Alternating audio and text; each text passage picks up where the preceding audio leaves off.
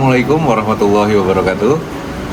Perkenalkan, saya Didi Suhendi, SEMM, dosen tetap Prodi Manajemen Fakultas Ekonomi dan Bisnis Universitas Al-Khairiyah, Cilegon. Pada kesempatan kali ini, saya ingin menyampaikan terkait dengan mata kuliah yang saya ampu, yang sesuai dengan bidang keahlian saya, yaitu Manajemen Sumber Daya Manusia. Mata kuliah ini ditujukan untuk mahasiswa semester 5 dengan kode mata kuliah MNJ 103 berbobot 3 SKS, diselenggarakan dalam 16 kali pertemuan tatap muka dengan rincian 14 kali pertemuan materi dan 2 kali ujian, yaitu UTS dan UAS. Mata kuliah ini membahas mengenai perencanaan sumber daya manusia, recruitment and selection, training and development, compensation and benefit, penempatan karyawan, analisis jabatan, dan lain-lain. Bukan hanya itu, mata kuliah ini tidak hanya membahas mengenai konsep saja, tapi akan disertai dengan implementasi di dunia kerja, sehingga dapat memudahkan mahasiswa dalam memahami dan harapannya dapat berdampak pada peningkatan kinerja serta keterampilan secara manajerial. Adapun capaian pembelajaran lulusan atau CPL Pro di mata kuliah yaitu CPL 1, CPL 2, CPL 4, CPL 9 yang telah tertuang di dalam RPS dan telah divalidasi oleh Ketua Prodi dan gugus pengembali mutu prodi. Capaian pembelajaran mata kuliah yang diharapkan antara lain CPMK 1. Mahasiswa mampu menjelaskan apa itu sumber daya manusia dan manajemen sumber daya manusia. CPMK 2, mahasiswa mampu merumuskan masalah sumber daya manusia dan manajemen sumber daya manusia. CPMK 3, mahasiswa mampu menjelaskan berbagai metode dan pengembangan manajemen sumber daya manusia. CPMK 4, mahasiswa mampu mengumpulkan, mengolah, dan menginterpretasikan hasilnya secara logis dan sistematis. CPMK 5, mahasiswa mampu menyusun dan mengelola sumber daya manusia tentunya. 3 komponen utama dalam proses pembelajaran mata kuliah ini adalah delivery, interaction, and assessment, atau biasa dikenal dengan DIA. Untuk delivery, saya memberikan materi serta RPS yang dapat diunduh langsung oleh mahasiswa pada Sistem Informasi Akademik atau SIAKAD Universitas Al-Khairiyah, serta presentasi interaktif yang dilakukan secara tatap muka untuk mendukung pemahaman mahasiswa. Materi yang saya sampaikan didukung oleh beberapa media pembelajaran berupa video yang berkaitan dengan konsep sumber daya manusia dan implementasinya di dunia industri. Untuk interaction, pada mata kuliah ini melibatkan komunikasi 2 arah antara dosen dan mahasiswa berupa diskusi, tanya jawab, kolaborasi, dan refleksi bersama. Dilakukan beberapa small project discussion yang menganalisis studi kasus mengenai manajemen sumber daya manusia. Untuk assessment atau sistem penilaian yang saya lakukan dalam mata kuliah ini mencakup penilaian formatif untuk menilai proses yang dilakukan melalui kuis, tugas, proyek individu dan kelompok tentunya, serta penilaian sikap dan keterampilan sesuai dengan RPS. Selanjutnya, asesmen sumatif untuk penilaian akhir berupa UTS dan UAS. Model pembelajaran yang dilakukan dalam mata kuliah ini adalah experiential learning dan dengan metode presentasi interaktif, demonstrasi, praktik, kolaborasi kelompok, dan respon kreatif.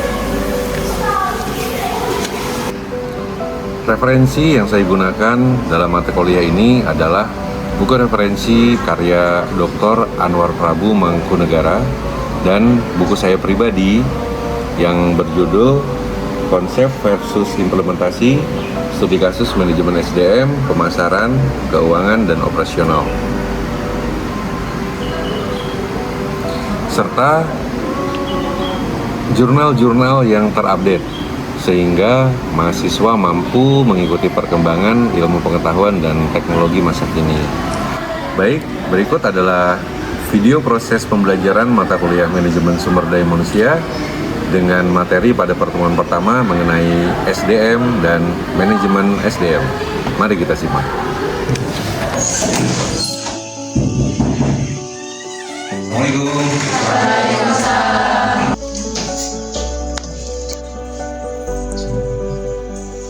Gimana teman-teman, liburannya aman ya? Oke, tidak terasa kita sudah memasuki semester 5 ya. Oke, saya ucapkan selamat datang kepada mahasiswa, mahasiswi semuanya. Di pertemuan pada siang hari ini, kita masuk ke pertemuan 1 dengan mata kuliah Manajemen Sumber Daya Manusia. Tujuan dari mata kuliah ini sesuai dengan CPMK nomor 1 adalah mahasiswa mampu untuk menjelaskan apa itu sumber daya manusia dan apa itu manajemen sumber daya manusia. Di pertemuan kali ini kita akan bahas tuntas mengenai HR planning. HR planning atau perencanaan sumber daya manusia. HR planning. Lalu masuk ke recruitment and selection. Masuk lagi ke performance management, training and development, compensation and benefit, industrial relation, dan lain-lain sebagainya.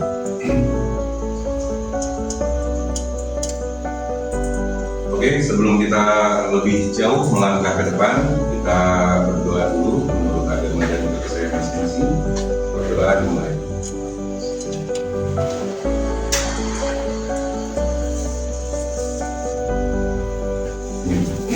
Oke ya, kita mulai dari absensi dulu. Silakan teman-teman absen dulu. Gimana, masuk semua ya? Kang Prodi, silakan. Sudah? Oke, sekarang mari kita berkreasi.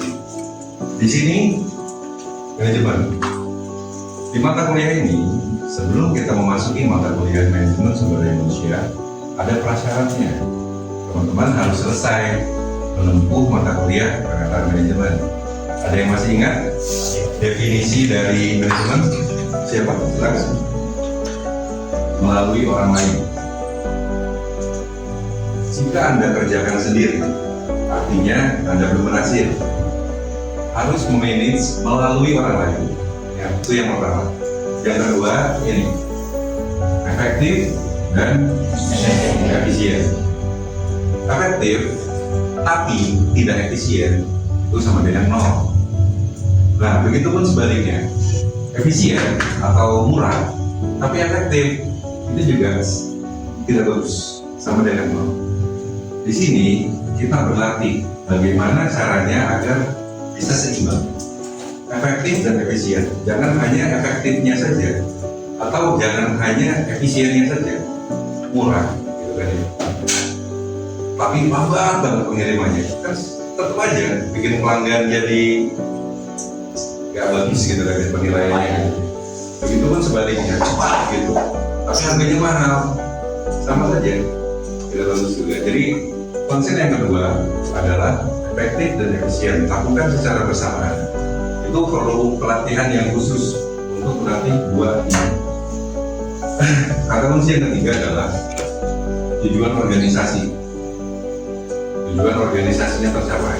Jadi memang di sini seni mengatur melalui orang lain secara efektif dan efisien agar tujuan organisasi tercapai.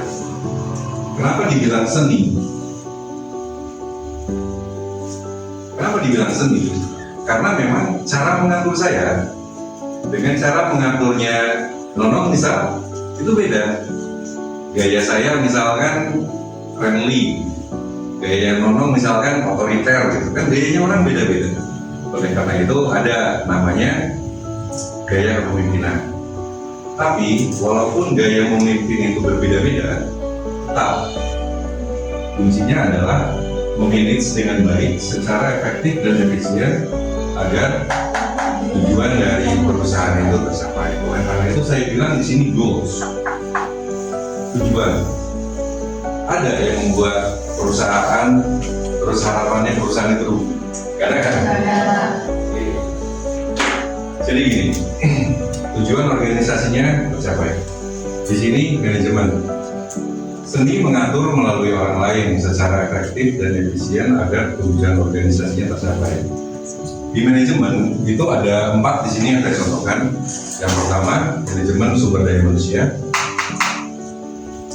Yang di manage adalah manusianya. Manusianya yang di manage. Jadi seni mengatur melalui orang lain. Si manusianya diatur. Bagaimana caranya agar kita bisa mendapatkan karyawan yang kompeten, karyawan yang attitude-nya baik, karyawan yang selalu termotivasi dan lain-lain seperti itu. Terus di sini juga kan di manage, mulai dari karyawan itu bahasanya gitu, mulai dari karyawan itu lahir sampai nanti sudah tidak ada, itu diatur semua oleh perusahaan. Contoh, teman-teman misalnya salah satu perusahaan yang ada di Cilegon bisa bekerja di situ. Begitu nanti istrinya melahirkan, yang ngatur siapa? ARD kan? Tugasnya ARD. Begitu teman-teman datang mengerjakan sesuatu agar dia bisa melakukan itu, diberikanlah training, diberikanlah hal-hal yang menuju si karyawan itu perkembangan ke depannya itu menjadi lebih baik atau kompetensinya meningkat. Itu tugasnya HR. Di sini training and develop. Lanjut lagi, teman-teman kerja di suatu perusahaan, kan tujuannya bukan kerja doang kan ya. Tentu saja ada yang dibawa pulang gitu loh dalam bentuk gaji. Yang mengurusi gaji sama gaji atau payroll, SDM juga. Ada lagi tugasnya HR, planning and development, compensation and benefit. Ada yang cuti, ada yang cuti melahirkan lah, ada yang ini itulah seperti itu. Semua diurusi di sini. Nah, bagaimana caranya agar bisa memanage si manusia atau si karyawan itu secara baik? Di sini kita bahasanya di MSDM, manajemen sumber daya manusia. Oke ya, outputnya di perusahaan ada 2, ada barang, ada jasa. Oke ya, teman-teman pernah nggak lihat contoh aja nih, spidol, hasil produksi suatu perusahaan. Targetnya adalah dalam 1 hari misal teman-teman menghasilkan 1000 spidol. Tapi si barang ini harusnya kan ini tutupnya hitam nih, warnanya harusnya hitam. Tapi ada satu yang tutupnya warnanya biru misalnya. Begitu ditulis di sini warnanya hitam, teman-teman akan puas nggak? Pasti akan komplain kan? Nah, bagaimana caranya agar hal-hal yang model seperti itu bisa terminimalisasi? Nah, oleh karena itu, begitu outputnya barang, bagaimana caranya agar targetnya bisa tercapai? Bagaimana caranya agar kualitasnya itu baik? Seperti itu kan? Nah, yang lebih keren lagi di jasa, kita jualan jasa. Apa saja yang harus diperhatikan begitu kita menjual jasa? Otomatis kita memerlukan suatu manusia atau suatu karyawan yang kepribadiannya baik, yang ilmu pengetahuannya tinggi, dia bisa menjelaskan apapun itu. Betul tidak? Betul ya? Oleh karena itu kembali lagi sini di input. Di input ini kan di sini outputnya barang dan jasa. Di sini ada input. Inputnya itu ada manusia, ada bahan atau material ya, Ada dana pastinya, ada uangnya ya. Nah, dari sini masuk ke proses, ada mesin produksi, atau ada project. Bagaimana caranya si manusia, material, dana itu masuk di sini menjalankan suatu project atau suatu mesin produksi, sehingga outputnya dalam bentuk barang atau outputnya dalam bentuk jasa itu hasilnya baik. Pertanyaannya, kita kembali lagi ke manajemen sumber daya manusia, ya. Bagaimana jika manusianya ini motivasinya nggak bagus? Begitu datang terlambat, begitu bekerja sedikit bekerja banyak bicara, nggak bagus gitu kan? Apakah hasil seleksi atau hasil rekrutmen suatu perusahaan bisa membooskan orang mendapatkan orang yang tidak berkualitas? Artinya ada yang salah dengan proses tersebut dan perlu diperbaiki. Karena saya ulangi, untuk menghasilkan suatu jasa yang baik dibutuhkan manusia yang baik. Kadang-kadang suatu proyek kan, Pak saya harus dengan bapak itu keren sekali. Jika ada penggantinya, pasti si customer itu karena merasa dia puas, dia tidak mau dengan yang lain. Saya tetap dengan bapak yang itu saja. Karena pada saat dia tahu dia berjualan jasa dan kepribadian manusia yang baik dan orang itu percaya, akan terus mendatangkan keuntungan bagi perusahaan. Next, manajemen sumber daya manusia. Why it's so important? Kenapa dia bisa dikatakan sangat penting? Seperti itu ya. MSDM bisa menjadi sumber keunggulan yang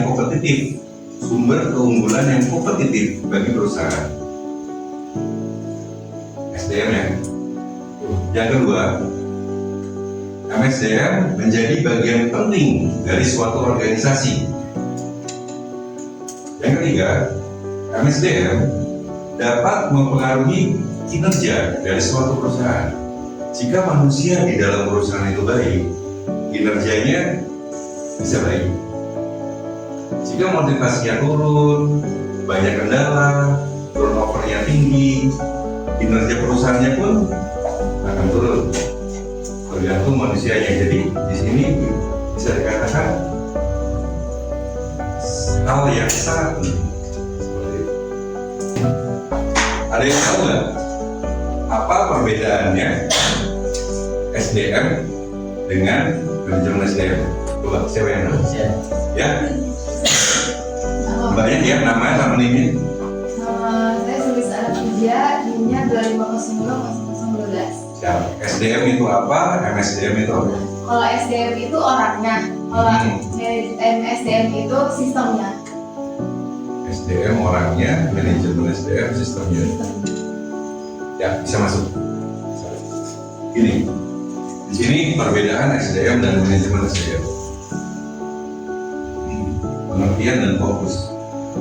Kalau hanya kata-katanya itu SDM-nya saja. Kayak SDM kan tadi. Itu di sini mengacu pada individu, tenaga kerja dan lain-lain. Sedangkan jika MSDM itu mengacu pada bidang ilmu, proses untuk merencanakan, mengatur, melatih, mengevaluasi, mengelola si manusia atau si aset perusahaan tersebut. Jadi jawabannya betul sekali ya. Terus tujuan hari ini teman-teman itu minimal tahu SDM itu apa dan manajemen sumber daya manusia itu apa. Oke ya, karena itu ada di CPMK nomor 1. Nah sekarang ini di suatu organisasi, menurut teman-teman nih, yang bagus itu Superman atau Superteam? Superman keren loh, kan keren loh, ada sayapnya gitu kan. Apa alasannya? Kenapa lebih bagus Superteam dibandingkan Superman? Coba. Kalau misalkan Superman bagus, iya bagus. dia bisa mengerjakan sendiri semuanya dia kerjakan. Tapi itu salah. Karena di dalam suatu organisasi masing-masing memiliki job description masing-masing.